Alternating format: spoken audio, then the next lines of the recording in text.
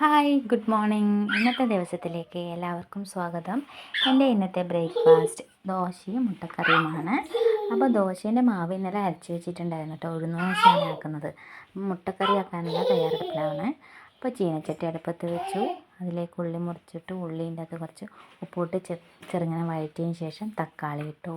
പിന്നെ അതിലേക്ക് മഞ്ഞൾപ്പൊടി, മുളക് പൊടി, പിന്നെ മല്ലിപ്പൊടി, പിന്നെ കുറച്ച് ചിക്കൻ മസാലയൊക്കെ ഇട്ട് കുറച്ച് മസാലയൊക്കെ പിടിച്ചതിന് ശേഷം അതിലേക്ക് ലേശം വെള്ളം ഒഴിച്ച് പിന്നെ വെള്ളം അതൊക്കെ തിളച്ചതിന് ശേഷം പച്ച വെളിച്ചെണ്ണയും കരിവേപ്പിലയൊക്കെ ഇട്ട് അപ്പം മുട്ടേൻ്റെത് നമ്മൾ പുഴുങ്ങാൻ വേണ്ടിയിട്ട് ഇപ്പുറത്ത് അടുപ്പത്ത് വെച്ചിട്ടുണ്ടായിരുന്നു. ഇതാ നന്നായി തിളക്കുന്നുണ്ട്.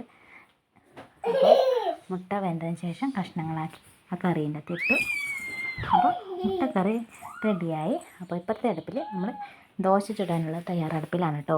അപ്പോൾ ദോശ മോൻ പറഞ്ഞ് എനിക്ക് നേർമയുള്ള ദോശയാണ് വേണ്ടമ്മേ എന്ന് പറഞ്ഞിട്ട് നേർമ ചുട്ട് കൊടുത്തു. അപ്പോൾ മോൻ തിന്നു. സ്കൂളിലേക്ക് പോകാൻ ഇന്ന് വെള്ളിയാഴ്ച ആയതുകൊണ്ട് പെട്ടെന്ന് പോകണം എന്ന് പറഞ്ഞുകൊണ്ട്